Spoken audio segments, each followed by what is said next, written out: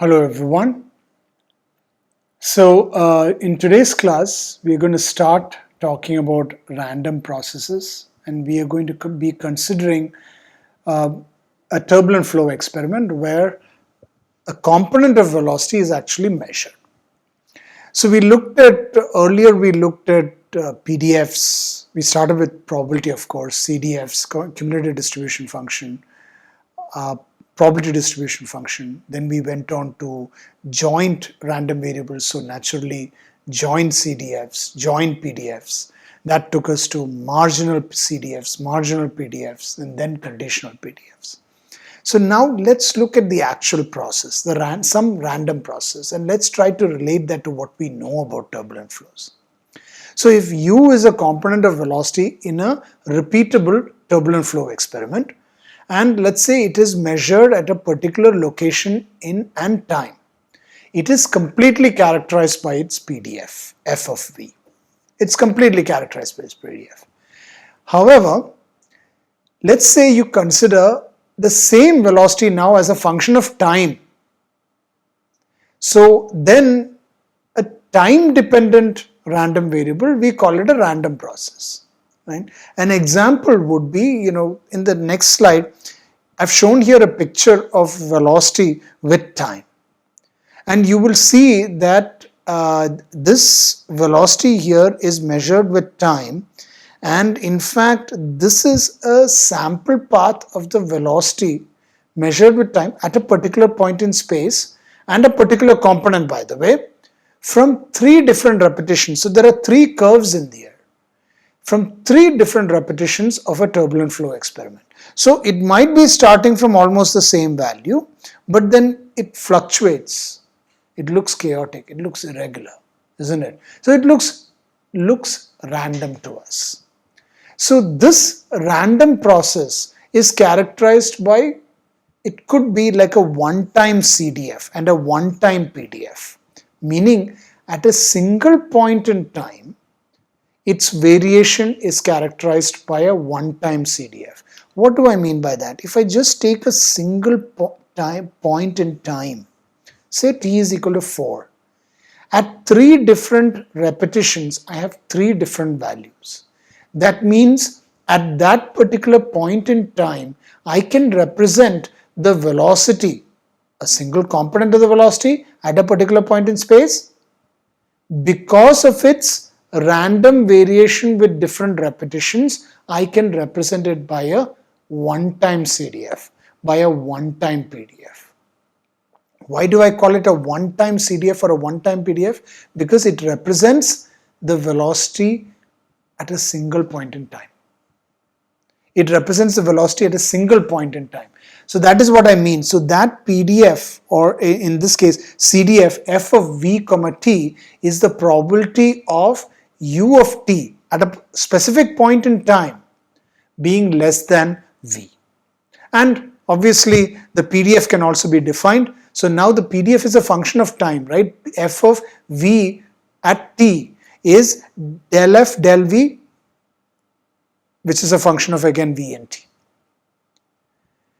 Now, I want to repeat this. This is a single component of velocity.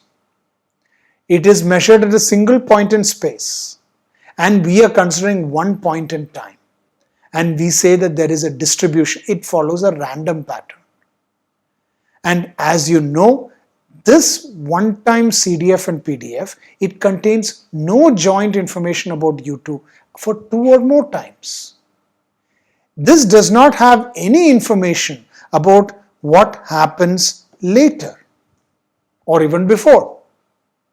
So it contains no joint information about U of t at 2 or more times. So now that's the context I want to leave you with.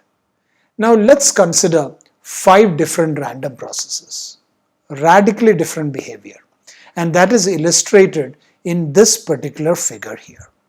5 different random processes, and these are statistically stationary random processes. Statistically stationary means their statistics do not vary with time.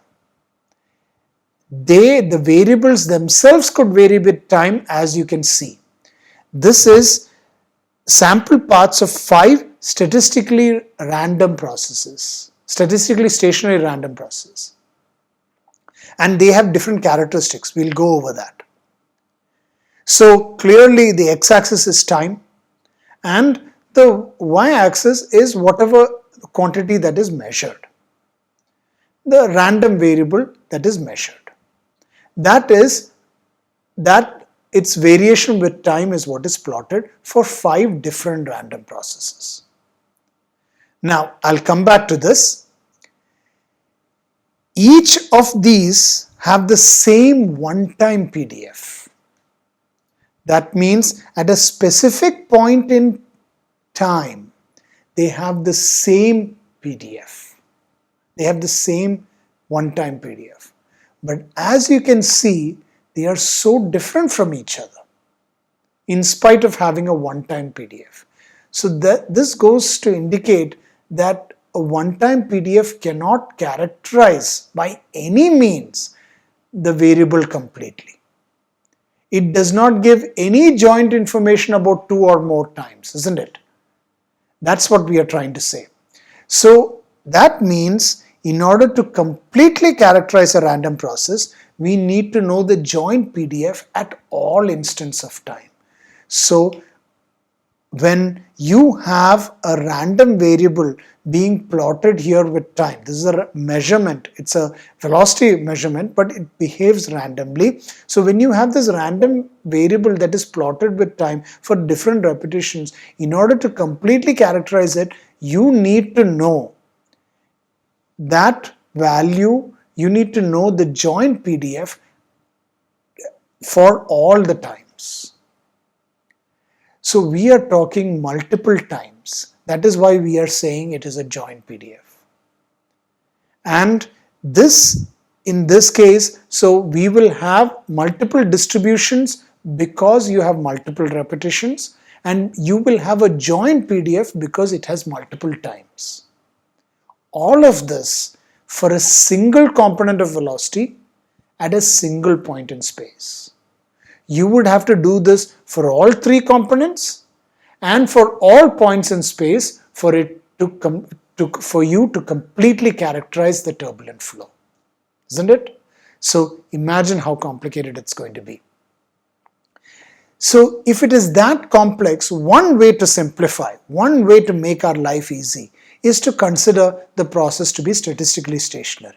And many turbulent flows are statistically stationary, meaning after a certain period of time, the statistics are going to be constant. They are going to stay constant.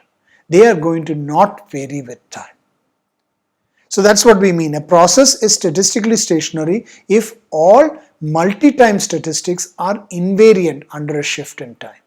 That is, for all positive time intervals and for all choices of t1, t2 to tn, we have f of the PDF of v1, t1 plus t, v2, t2 plus t, comma, so on and so forth, vn, tn plus t is the same as f of v1, t1, v2, t2, so on, vn, tn. So what we are saying is with time it doesn't vary. So what is shown here in this particular figure, in this slide, is the instantaneous velocity. So obviously this will vary with time. We are talking only about statistics.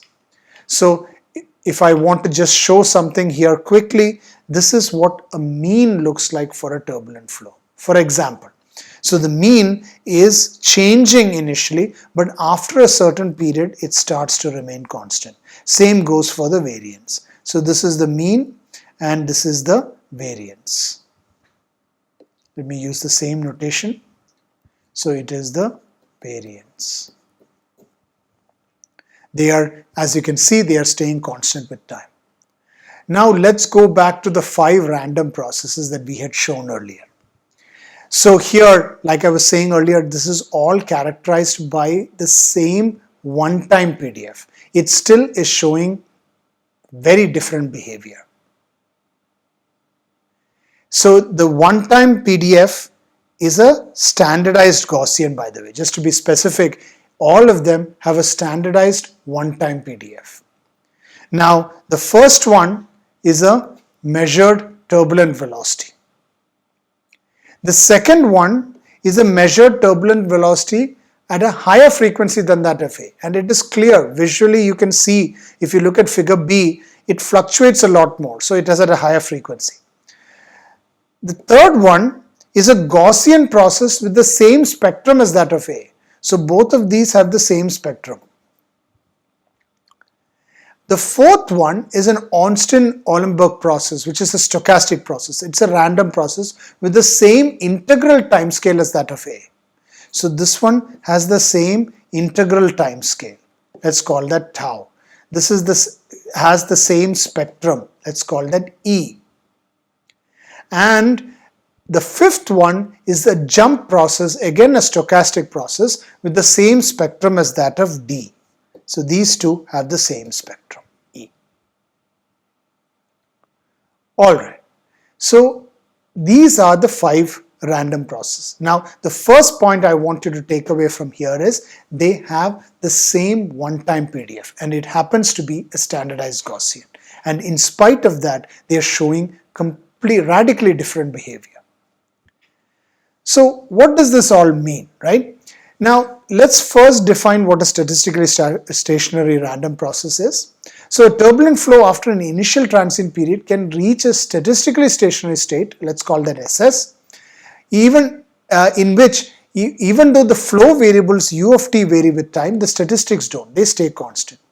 Now for a statistically stationary process, the simplest multi-point statistics that we can consider is the autocovariance. So let's call that RFS, which is defined as u of t times u of t plus s and the average of that. So it is clear what we are trying to do here. The autocovariance is the correlation of velocity of a signal, right? Velocity at a point with the velocity at that same point, same component. Velocity at the same point but at different point in time. It is the correlation of those two values. S is the time lag between them. So that is the autocovariance. It is the correlation between the same velocity component at the same point in space but at a different point in time.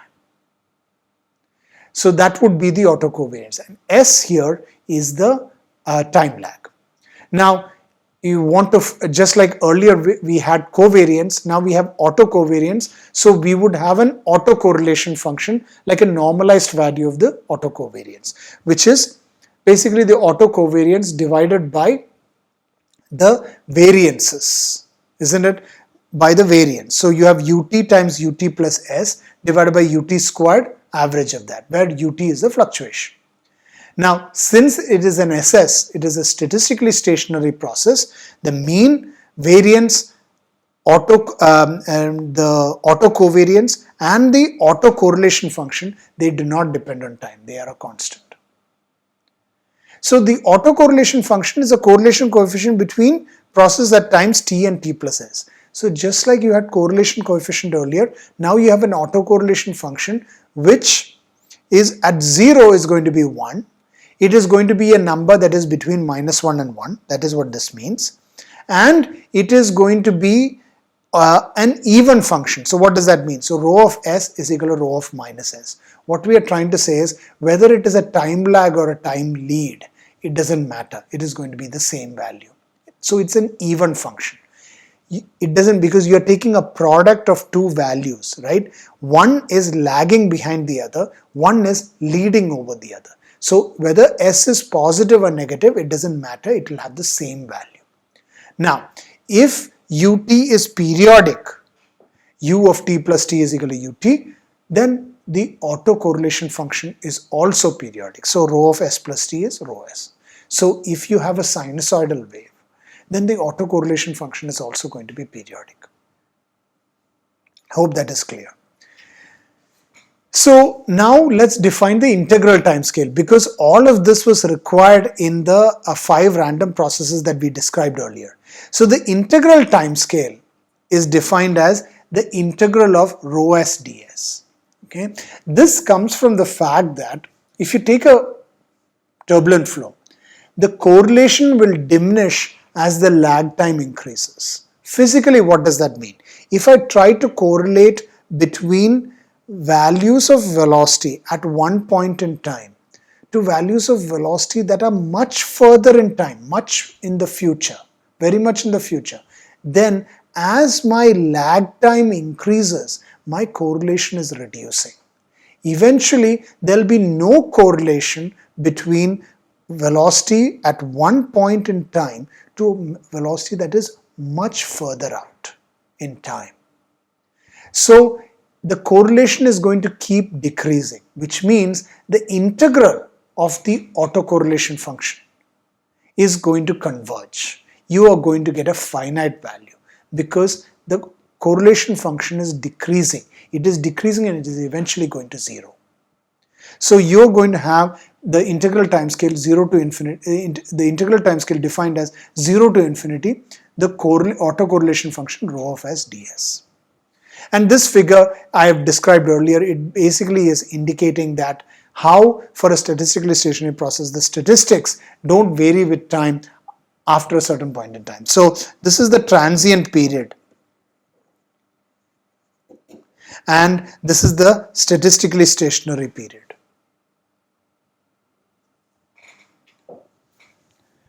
So now let's think about the 5 random processes that we had described earlier, isn't it? So let's think about what the autocorrelation means. Now the higher frequency process, so I'll have to go back and forth here. The higher frequency process B has a narrower autocorrelation function than the lower frequency process A. First of all, keep in mind that this has a higher frequency B, let's call it FB, right? FB has a higher frequency than FA. It's clear. I was saying earlier that even on observing figure B, you will see that there are more fluctuations in B, indicating that it has higher frequency components. So B has a higher frequency than A, which means it is going to have a narrower autocorrelation function. Physically, what does that mean? So if you think about the autocorrelation function, it's like the normalized version of the autocovariance, right?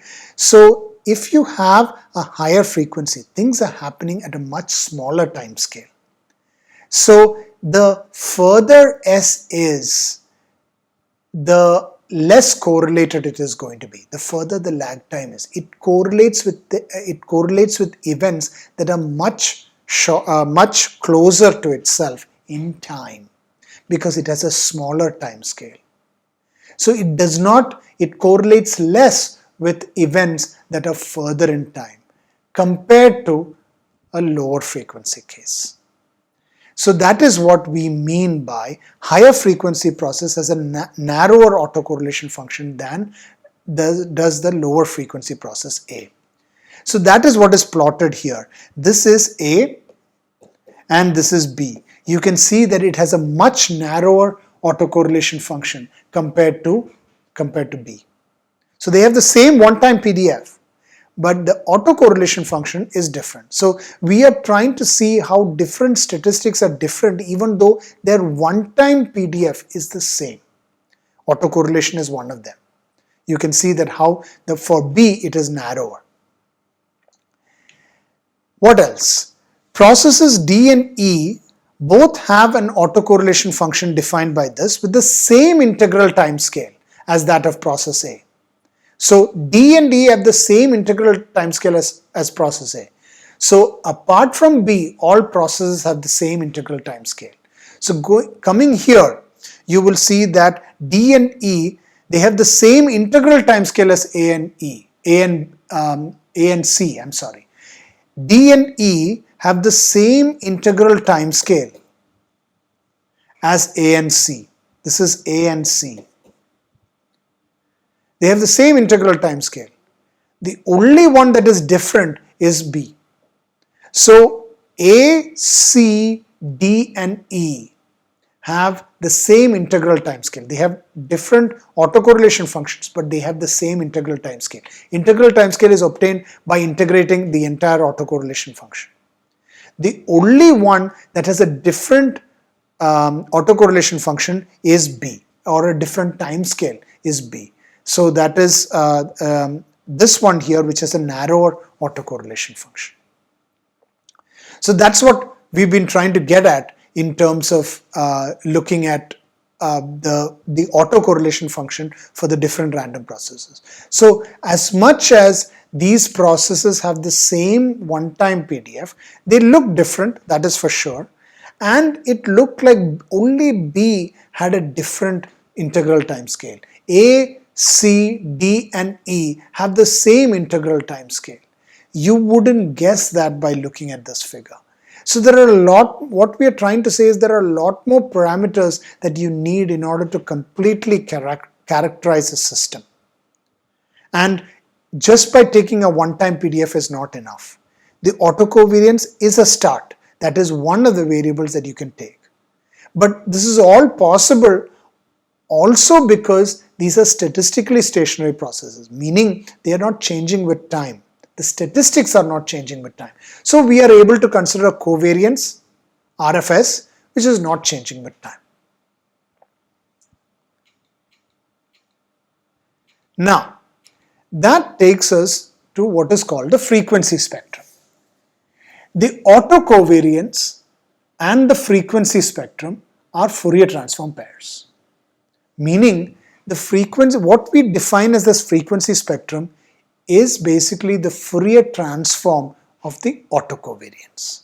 So the autocovariance RFS is UT times UT of S, which is in terms of the autocorrelation function, it is UT squared times rho of S, right? This is the variance. So UT squared mean times rho of S.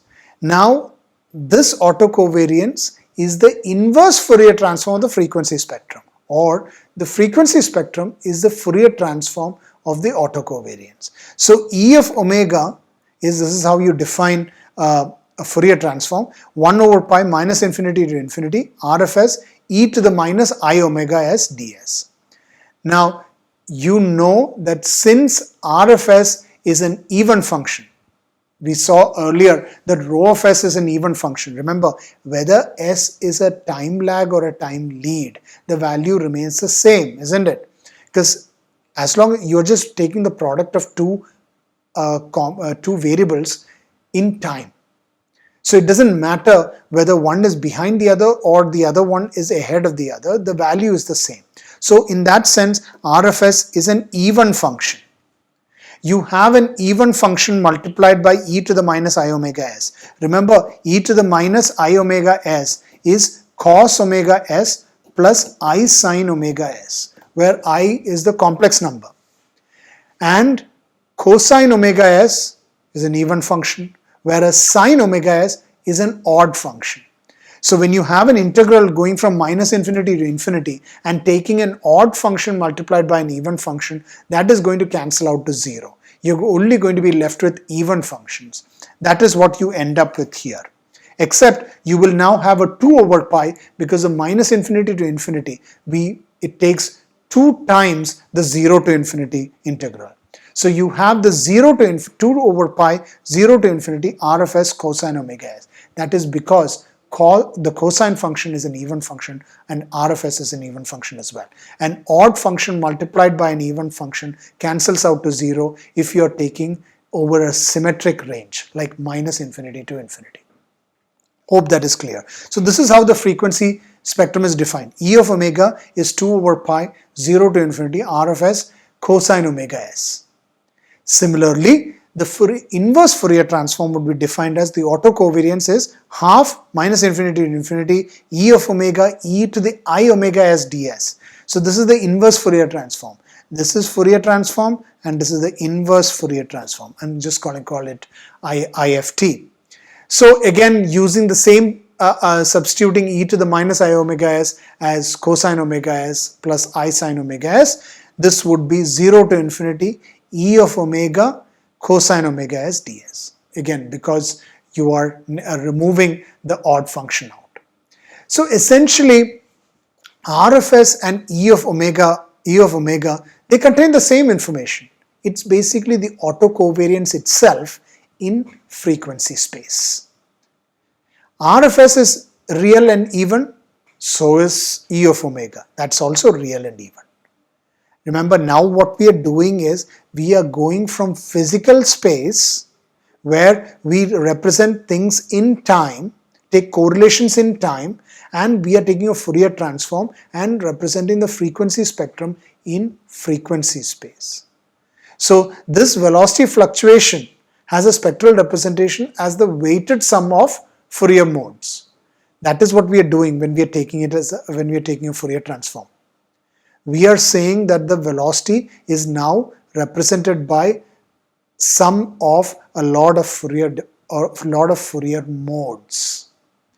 This is a way to analyze the frequencies associated with a turbulent flow.